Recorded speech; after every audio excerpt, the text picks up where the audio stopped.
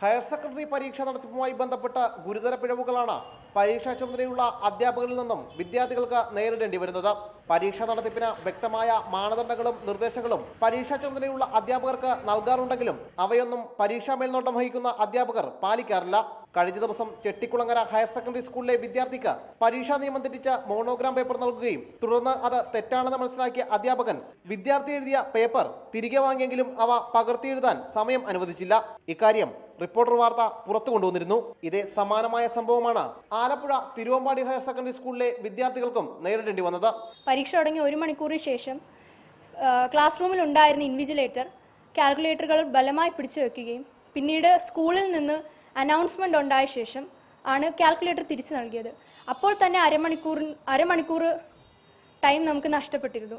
പിന്നീട് ഞങ്ങൾക്ക് അവസാനം ഈ നഷ്ടപ്പെട്ട സമയം തന്നിരുന്നതുമില്ല. സയന്റിഫിക് കാൽക്കുലേറ്റർ പരീക്ഷയ്ക്ക് ഉപയോഗിക്കാമെന്ന ഹയർ സെക്കൻഡറി ബോർഡിന്റെ സർക്കുലർ നിലനിൽക്കെയാണ് ഇത്തരത്തിൽ ഒരു നടപടി പരീക്ഷാ മേൽനോട്ടം വഹിക്കുന്ന അധ്യാപകൻ സ്വീകരിച്ചത്. വിദ്യാർത്ഥികളുടെ ഭാവി നിർണ്ണയിക്കുന്ന പ്രധാന പരീക്ഷകളുടെ നടത്തിപ്പിന്റെ മുന്നൊരുക്കങ്ങളിൽ അധ്യാപകർ വേണ്ട ജാഗ്രത പുലർത്തുന്നില്ല എന്നാണ് ഇവ വ്യക്തമാക്കുന്നത്. SLC പരീക്ഷയ്ക്ക് വേണ്ട പ്രാതിനിധ്യം പോലും ഹയർ സെക്കൻഡറി പരീക്ഷയ്ക്ക് നൽകുന്നില്ല എന്ന ആരോപണം അധ്യാപകർക്കിടയിൽ നിലനിൽക്കെയാണ് ഇത്തരം സംഭവങ്ങൾ അരങ്ങേറുന്നത്. ഇത്തരം തെറ്റുകൾ വീണ്ടും വീണ്ടും ആവർത്തിക്കപ്പെട്ടിട്ടും നടപടി കൈക്കൊള്ളാതെ മൗനാനുവാദം നൽകുന്ന അധികൃതർ തുലാസിലാക്കുന്നത് ഹയർ സെക്കൻഡറി പരീക്ഷയെ ഏറെ ഗൗരവത്തോടെ കാണുന്ന ഒരു പറ്റം വിദ്യാർത്ഥികളെയാണ്.